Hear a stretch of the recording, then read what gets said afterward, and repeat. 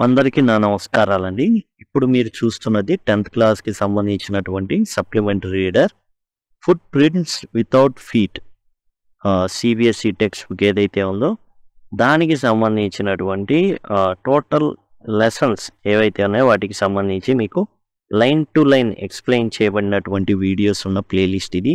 అట్లానే గ్రామర్ కానివ్వండి, textual lessons కానివ్వండి, అన్ని యూనిట్ వైజ్‌గా గ్రామర్ అనేది చెప్పబడింది. అవన్నీ మీకు చాలా ఉపయోగకరంగా ఉంటాయి. టెక్స్చువల్ లెసన్స్ కానివ్వండి, సమ్మరీస్ కానివ్వండి, క్వశ్చన్ అండ్ ఆన్సర్స్ కానివ్వండి, ఇవన్నీ కూడా మీకు డిస్క్రిప్షన్లో అవైలబుల్గా ఉంటాయి. అలా కాని పక్షంలో సింపుల్గా 10 లింక్ అని మీరు గనక అడిగినట్లయితే 10 లింక్ ఏదైతే కామెంట్ సెక్షన్లో అడుగుతారో ఆ కామెంట్ సెక్షన్లో మీకు రిప్లైగా ఏవైతే ఉన్నాయో ప్లేలిస్ట్కి సంబంధించిన లింక్స్ అన్నీ కూడా మీకు ప్రొవైడ్ చేయడం అయితే జరుగుతుంది.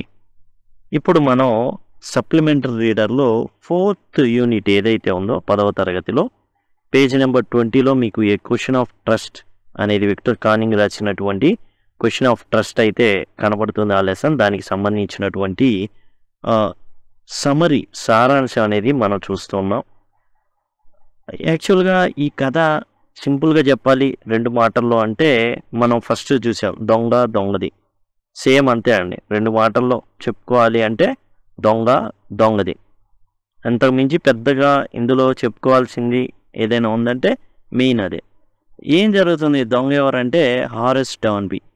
ఇతని పేరులో డాన్ ఉంది కాబట్టి డాన్ అనుకుంటే పొరపాటు పడారు. ఇతనేం డాన్ కాదు, అండ్ నార్మల్ పర్సన్, తాళాలు బాగు చేసుకునేటటువంటి ఒక సాధారణ వ్యక్తి. ఈ అలమరాలు కానివ్వండి, బీరువాలు కానివ్వండి, ఇట్లా బాగు చేసేటటువంటి వ్యక్తి అనమాట. ఇతను ఏంటంటే తాళాలు బాగు చేస్తూ ఉంటాడు, బీరువాలు బాగు చేస్తూ ఉంటాడు. ఏవైతే అలమరాలు ఉన్నాయో డబ్బులు పెట్టుకునేటటువంటి పెట్టెలు ఏవైతే ఉన్నాయో వాటన్నిటిని కూడా బాగు చేస్తూ ఉంటాడు. కాబట్టి తాళాలు సులభంగా వస్తాయి కాబట్టి ఇతనికి ఒక మోజు ఉంది.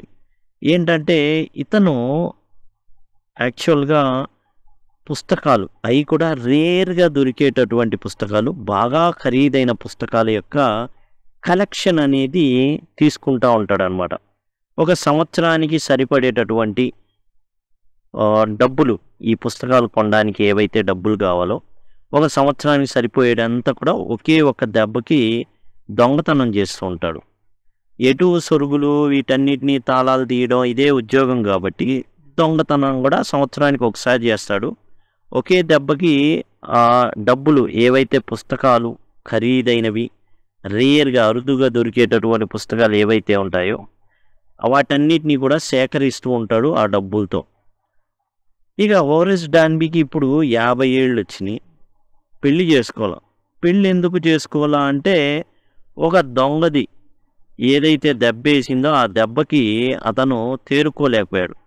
35 సంవత్సరాల అప్పుడు ఒక దొంగతనం చేస్తాడు. ఇట్లానే పుస్తకాల కోసం తాను ఏదైతే సంవత్సరానికి సరిపడేటటువంటి పుస్తకాలు చదవడం, రేర్ పుస్తకాలు అవన్నీ కూడా సేకరిస్తూ ఉంటాడు, చదువుతూ ఉంటాడు. ఇదిలో ఏం జరిగిందంటే 35 ఏళ్ళ టైంలో 35 ఏళ్ళు వచ్చిన సందర్భంలో తాను ఏం చేస్తాడంటే రెక్కి నిర్వహిస్తాడు. ప్రతి సంవత్సరం దొంగతనం చేయడం, ఒక ఏజెంట్ ద్వారా విలువైన పుస్తకాలు కొనడం, తన ఇంట్లో స్టోర్ చేసుకోవడం, వాటిని చదవడం సంవత్సరానికి సరిపడా. ఆ విధంగా చేస్తూ ఉన్న తరుణంలో ఒకసారి ఒక ఇంటి మీద రెక్కి చేస్తాడు. అది ఒక పెద్ద పొలంలో ఉంటుందన్నమాట. ఇల్లు వచ్చేసి ఊరు చివర ఉంటుంది ఎక్కడో. అందులో ఎవరైతే ఉన్నారో అంటే యజమానులు ఎవరైతే ఉన్నారో వాళ్ళు లండన్ వెళ్ళిపోతారు. 2 పనోళ్ళు మాత్రమే ఉంటారు. రెక్కి నిర్వహిస్తాడు. ఈ రెక్కి నిర్వహించేటప్పుడు ఏమర్థం అయిద్దంటే 2 పనోళ్లే ఉన్నారని. ఆ ఇంటికి వెళ్ళడానికి కిచెన్, వంటగది ఉంటుంది. ఆ వంటగది తాళం అనేది బయట డోర్కి కుక్కానికి వేలాడదీస్తారని. ఎందుకంటే ఒక పనోడు వెళ్ళిపోయిన తర్వాత ఇంకో పనోడు వచ్చేసి ఆ వంటగదిలోకి వెళ్ళడం జరుగుతుంది. ఒక కుక్క అనేది ఉంది, షెర్రీ అనేసి ఒక కుక్క ఉంటుంది. ఈ మొత్తానికి విషయాలన్నీ గ్యాదర్ చేసుకున్నాం. అయితే ఒకరోజు ఒక అవకాశం వచ్చింది, అండ్ ఇన్నాళ్ళు దొంగతనాలు చేస్తున్నాడు, ఏమాత్రం ఎవరికి కూడా దొరకల. అలా కాబట్టి ఈసారి కూడా నేను దొరకను, ఖచ్చితంగా నేను ఈసారి కూడా విజయం సాధిస్తాననే ఓవర్ కాన్ఫిడెన్స్లో అయితే ఉన్నాడు. చక్కగా ఏం చేశాడంటే 2 పనోళ్ళు సినిమాకి వెళ్ళడం గమనిస్తాడు. 2 పనోళ్ళు ఏం చేస్తారంటే చెప్పుకొని సినిమాకి వెళ్తారు తాళాలు వేసేసి. ఇతను ఏం చేస్తాడంటే రెక్కి నిర్వహించాడు. ఇంతకన్నా ఒక అద్భుత సమయం ఉండదని చెప్పేసి 4 గంటల టైం అయితే దొరుకుతుంది. సినిమాకెళ్ళారంటే 4 గంటలు పడుతుంది వాళ్ళెళ్ళి సినిమా చూసి మళ్ళీ బ్యాక్ అయ్యే టైంలో. కాబట్టి ఈ టైంలో అతను ఏం చేస్తాడంటే ఎట్లాగైనా సరే దొంగతనం చేయాలి. ఈ టయాన్ని సద్వినియోగం చేసుకోవాలి అని చెప్పేసి మొత్తం సరంజామం అంతా సర్దేసుకొని వెనకాలన్న గార్డెన్, ఆ ఇంటికి గార్డెన్ ఉంటుంది. ఆ వెనకాల ఉంటుందన్నమాట పెరడు. ఆ గోడ దూకేసి ఎంటర్ అవుతాడు.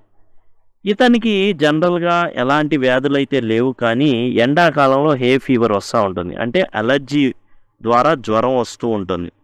ఈ పుప్పొడి రేణువులు ఏవైతే ఎండాకాలంలో ఏం జరుగుతుంది అంటే జనరల్‌గా తేమ ఉండదు. గాలికి ఈ యొక్క దుమ్ము అంతా కూడా చెలరేగుతూ ఉంటుంది. ముక్కులో ఒక దుమ్ము పోయిందంటే మొత్తం దురద పుడతా ఉంటుంది. గొంతు దురద పుడుతూ ఉంటుంది. ముక్కులు దురద పుడుతూ ఉంటాయి.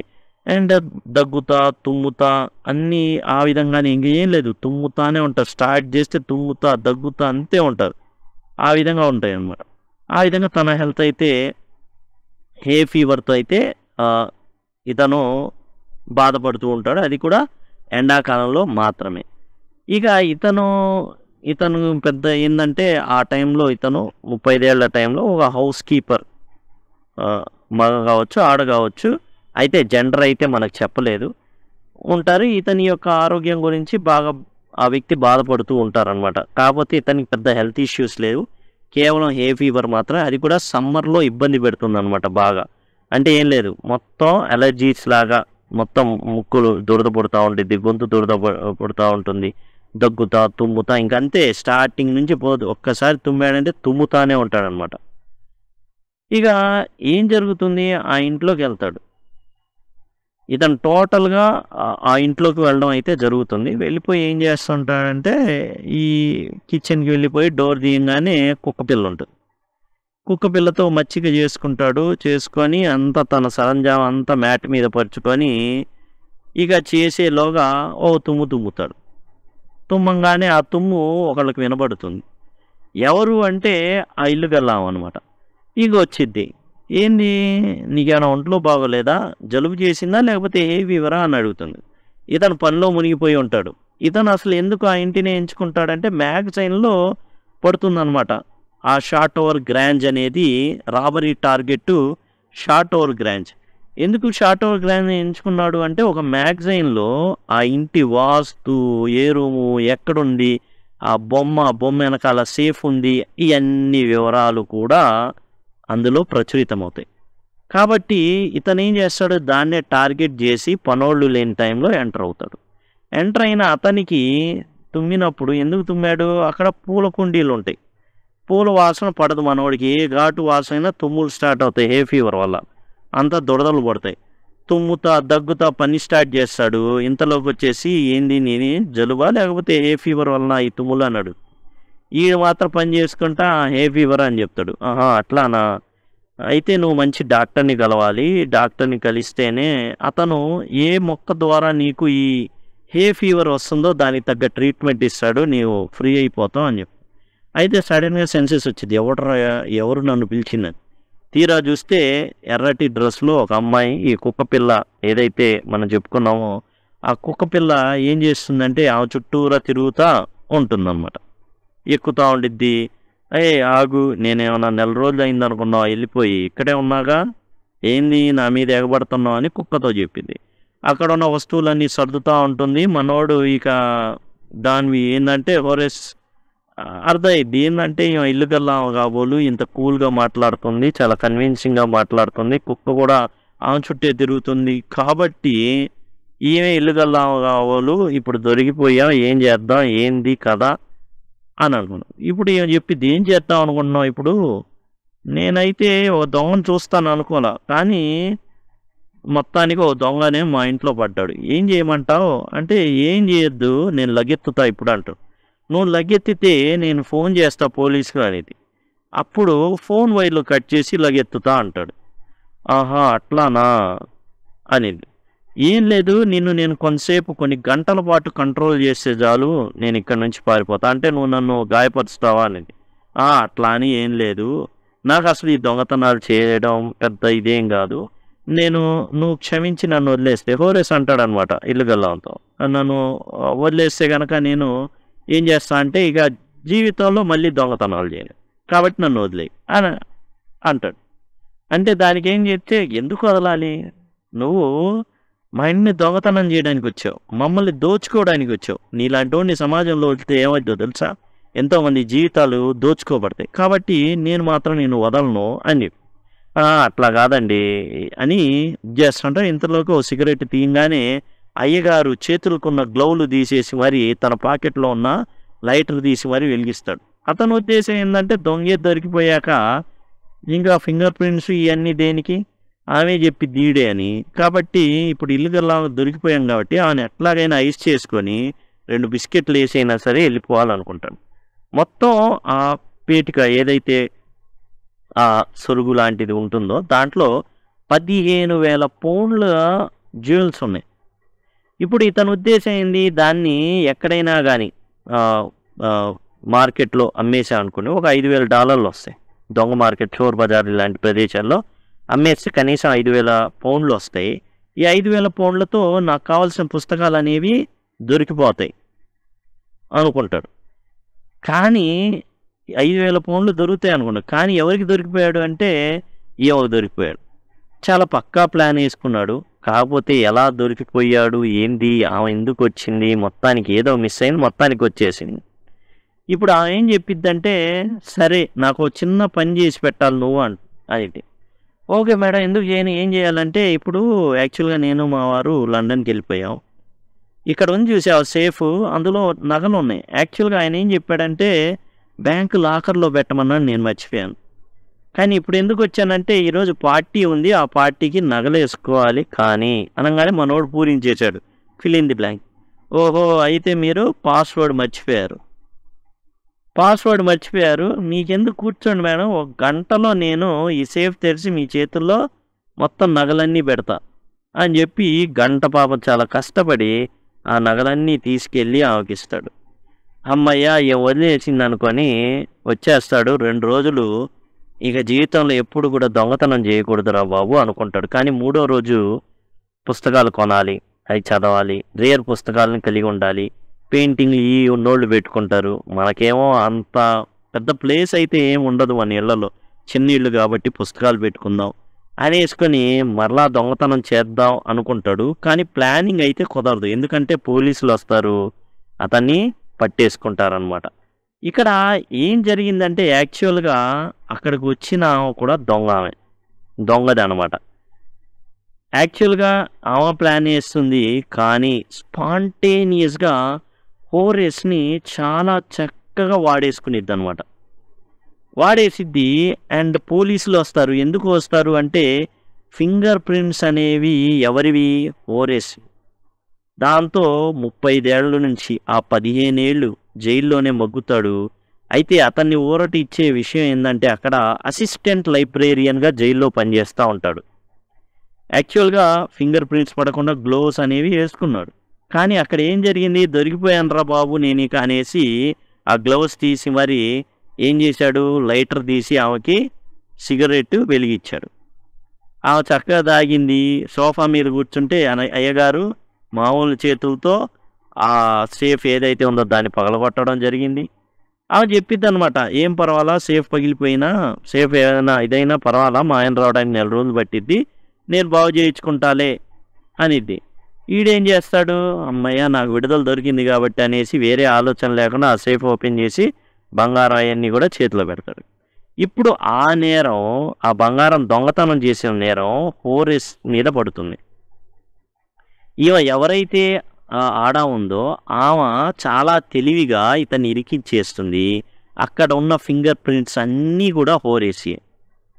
దాంతో ఇతను అరెస్ట్ అవుతాడు. 15 ఏళ్ల పాటు ఇప్పుడు ఏదైతే మనతో జరుగుతుందో పాఠం చదివే టైంలో కూడా అతను జైల్లో ఉండే ఇవన్నీ కథ చెప్తూ ఉంటాడనమాట.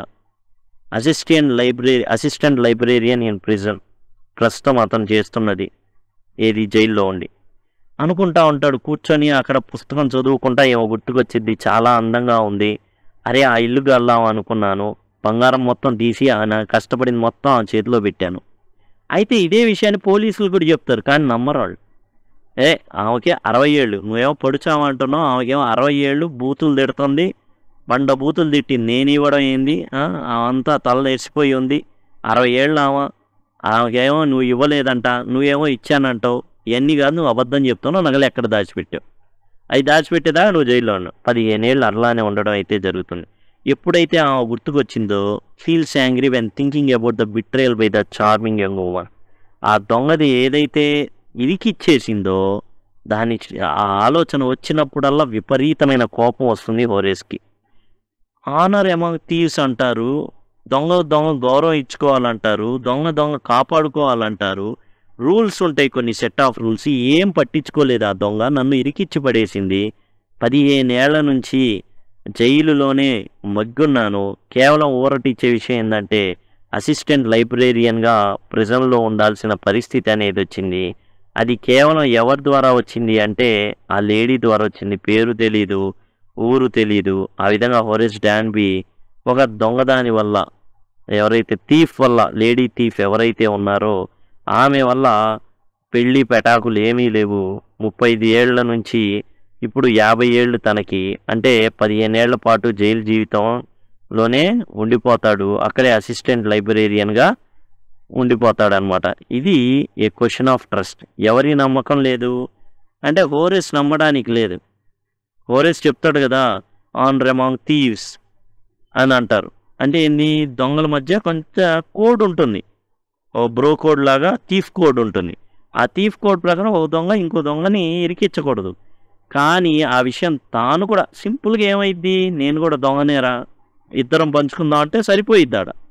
అలా చెప్పకుండా బెదిరిచ్చేసి మొత్తం కాజేసి ఇప్పుడు ఏం చేసింది, సింగిల్గా హోరేస్ డాన్బీ మాత్రమే ఇరుక్కున్నాడు మొత్తం మీద.